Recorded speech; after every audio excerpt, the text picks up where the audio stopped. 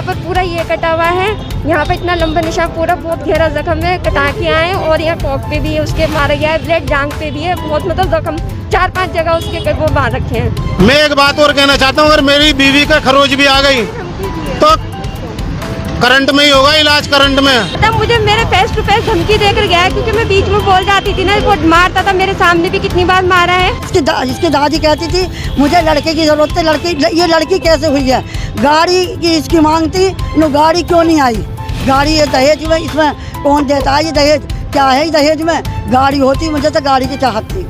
शादी होने के 2-4 महीने के बाद से ही परेशान करने लगा था मेरी बहन को। वो परेशान बहुत करता था कि तू क्या कहते, बहुत शक भी करता था। वो छोटी छोटी बातों में लड़ाई झगड़े घरेलू, कभी बाथरूम में मारपीट के बंद कर दिया करता था, बहुत जान के पीछे पड़ गया था। गांजा पीता है, स्नेक भी पीता है, इंजेक्शन भी लगाता है, नशा बहुत तगड़ा वाला करता है, बहुत ज़्यादा, बहुत मारना पीटना, शुरू से ही घर में बंद कर जाता है। जब ये लड़की पेट में थी तो 4-5 घंटे बाथरूम में बंद करके गया।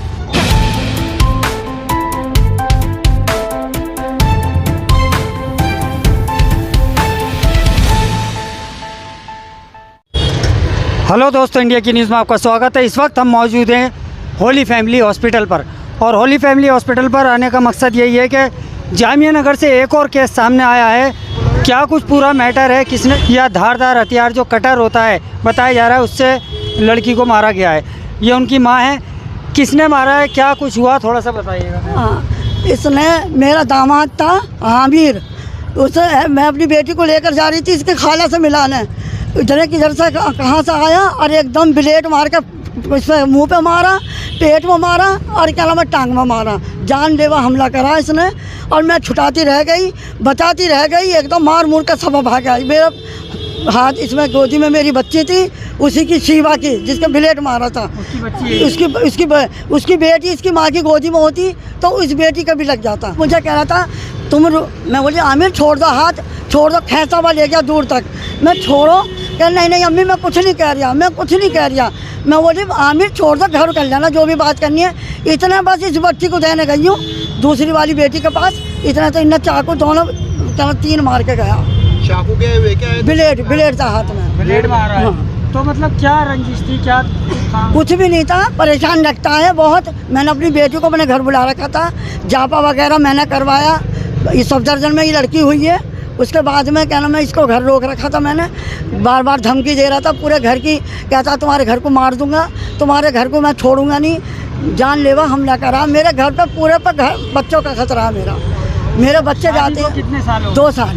शादी को 2 साल हो। उसकी मांग थी ये बेटी नहीं हुई, बेटा होता। इसकी दादी कहती थी मुझे लड़के की ज़रूरत है, ये लड़की कैसे हुई है, गाड़ी की इसकी मांग थी, गाड़ी क्यों नहीं आई, गाड़ी ये दहेज में, इसमें कौन देता है ये दहेज, क्या है दहेज में, गाड़ी होती मुझे तो गाड़ी की चाहत थी, ये मांगती। और बार बार कभी 10,000 कभी 20,000। मैं काम करती हूँ, कोठियों में काम मजदूरी करती हूँ, अपनी बच्ची का बच्चों से मैं सबसे अलग थी, अपनी बच्ची को लेकर रह रही थी अलग में। और अभी 15 दिन हुए हैं इस आए हुए, 15 दिन में इतना हम वो करता था, क्या नाम है, कभी 10,000 दिलवा दे, कभी 20,000 दिलवा दे। मैंने 2-3 दफ़ा मना करा, मेरी बेटी रोने लगी, कहने लगी अम्मी ये मुझे मार देगा जान से, अम्मी मुझे मार देगा। अकेली दुकेली डरते डरते जाती भी नहीं थी।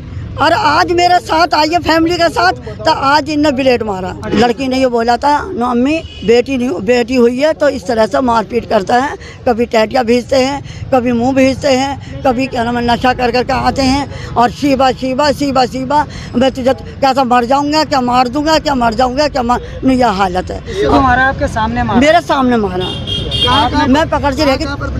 किस जगह का वाकया है वो? तिकोना पार्क का। तिकोना पार्क। तो वहाँ लोग नहीं थे? लोग थे, लोगों में से अलग से खींच कर लेकर गया है। लोग पूछ भी रहे थे, कहने लगे ये क्यों, क्या कर रहा, कौन है। मैं बोली इसका शोहर है, मैंने ये कहा मैं इसका आदमी है। कहने लगे चलो तो बात तो कर रहे हैं, बात तो करने दो। भाई इतनी दूर फैमिली में से निकल कर लेकर गया, अब हमें क्या पता इसका हाथ में क्या था। मैं छुटाती रह गई, हाथ पकड़ते रह गई। जब से उसकी शादी हुई है ना, जब से बहुत ज़्यादा उसको टॉर्चर किया गया है, मारा भी गया है, घर से बाहर भी निकाल दिया था। तो ये रुक कर भी गई हैं, कोर्ट में भी केस गया हुआ है। श्रीनिवासपुरी डाल रखा था, जब काफ़ी मार रखा था तो श्रीनिवासपुरी में केस डला हुआ है। और गांजा पीता है, स्नेक भी पीता है, इंजेक्शन भी लगाता है, नशा बहुत तगड़ा वाला करता है, बहुत ज़्यादा बहुत मारना पीटना, शुरू से ही घर में बंद कर जाता है। जब ये लड़की पेट में थी तो 4-5 घंटे बाथरूम में बंद करके गया है। हमें पता नहीं, उसने रोके वो वहाँ से जैसे ही खोला वो भाग कर आई। उन्हें बताया, मेरे पास आई थी वो सबसे पहले, तो उसने बताया बहुत बुरी तरह मार रखा था। तभी श्रीनिवासपुरी में केस डाला, पुलिस की में कंप्लेंट भी की थी उसकी। जब शादी हुई थी उस टाइम पे नहीं पता था इसके बारे में नशा करता है? हमें नहीं पता था, सिर्फ उसकी माँ ने ये बोला था लड़की की, जब हमने इंक्वायरी की कि ये सिगरेट पीता है खाली और उसके अलावा कोई नशा नहीं करता। तो वो सिगरेट में ही, इसमें वही जो गांजा होता है वही भर भर के पीता था। दहेज के ऊपर भी बहुत ज़्यादा उसको टॉर्चर किया गया है बहन को, कि मतलब दहेज हमने गाड़ी छोड़ के सब कुछ दिया था।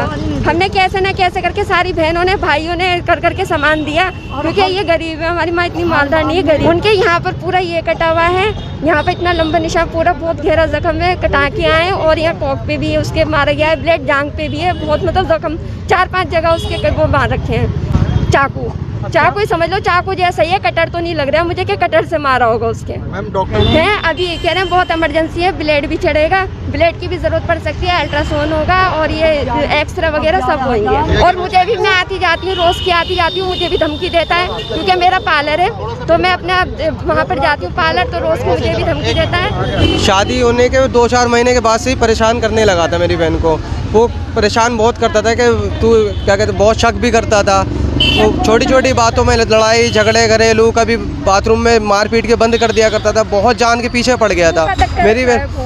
उसको भूखा तक छोड़कर आ जाता था, वो नशे में रहता था, पेंट वेंट का काम करता था। लेकिन हमें शुरू से पहले का नहीं पता है, लेकिन शुरू से पहले नहीं पता था कि इतना बिगड़ा हुआ है ये। थोड़ा बहुत इनके घर वालों ने हमें तारीफ़ ही बताई थी, उसकी कुछ ऐसी वैसी बात नहीं बताई।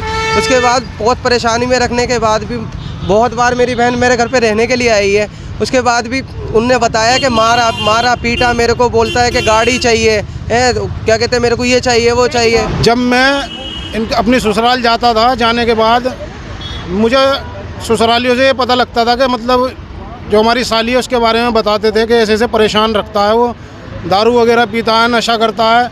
थोड़ा बहुत मैं भी जानता हूँ उसको, वो ओखलहट पर रहता है और मैं शकल से उसको जानता हूँ, लेकिन मुझे इतनी जानकारी नहीं थी मतलब कि वो नशा करता है या कुछ इस तरीके का करता है। लेकिन हाँ, मैंने ऐसी जगहों पर उसको देखा है, इस कंडीशन में देखा है कि हल्के फुल्के नशे में मैंने उसको देखा है। कल परसों वो आया, आने के बाद में उसने फिर मारा उसको, लड़की को, उसके 2-4-5 चाटे मारे।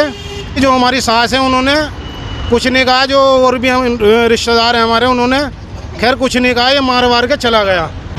अब आज ये मालूम नहीं कि ये पीछा कर रहा था इस लड़की का, बच्ची का, या इसकी फ़ोन पे बात हुई है, या ऐसा हो सकता है कि फ़ोन पे बात हुई है, उसने बोला मैं जा रही हूँ बटला उसको सामान खरीदने, ऐसा भी हो सकता है। वो तो लड़की बताएगी।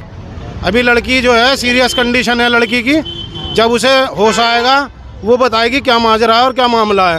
ओखला तो हमारा क्राइम की तरफ जा रहा है, बहुत गंभीर दुख की बात है। हमारे ओखला के अंदर कटरबाजी ज़्यादा होने लगी है, ये कटरबाजी को हमें रोकना पड़ेगा। अब ये तो फैमिली मैटर है और इनकी लड़ाई छोटी छोटी बातें क्या है कि बेटी हो गई बेटा क्यों नहीं हुआ, बड़ी बात यही है। बेटी हो गई बेटा क्यों नहीं हुआ। दूसरा, गरीब आदमी है, अब अपनी मेहनत मजदूरी करते ही है, मेहनत मजदूरी में जिस लायक थे उस लायक दहेज दिया। लड़के को गाड़ी चाहिए थी, गाड़ी देने लायक नहीं थे, उस पर भी कलेश करा, बेटी को टॉर्चर करा। अब बेटी अपनी माँ से तो आन के बोले कि माँ ने कंप्लेंट करी निवासपुरी थाने में, कंप्लेंट करने पे वहाँ पे केस भी चल रहा है।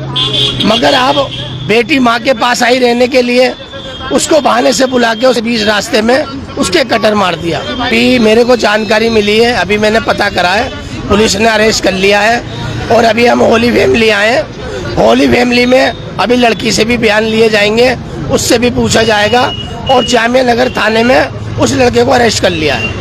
1 महीने के अंदर देख लें आप रिकॉर्ड उठाकर, तो आपके पुलिस के रिकॉर्ड में जाकर देखो ना, वहाँ जाके आपको पता चल जाएगा कि किस तरह से डोमेस्टिक वायलेंस के, या ये तो एक तरह से अटेम्प्ट टू मर्डर करने की कोशिश करी गई है। ये तो जिस तरह से ब्लेड चले हैं, लड़की के चेहरे पर ब्लेड चला है, पेट पे ब्लेड मारा है, थाई पे ब्लेड लगा है, मतलब देखा नहीं गया है उसके अंदर।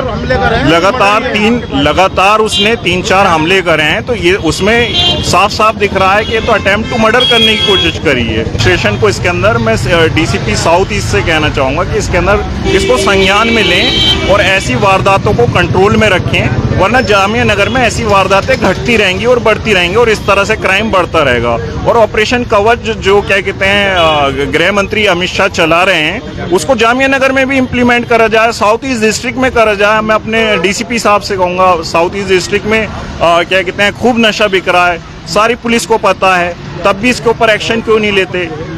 शरीफ लोगों को पकड़ लिया जाता है और जितने भी नशा करने वाले लोग हैं इनको छोड़ दिया जाता है। और ये कह के छोड़ा जाता है कि क्या कहते हैं कि अगर ये इसको हम पकड़ते हैं, ये नशा करे हुए है, अगर इसको कुछ हो गया तो क्या कहते हैं हमारे गले पड़ जाएगा।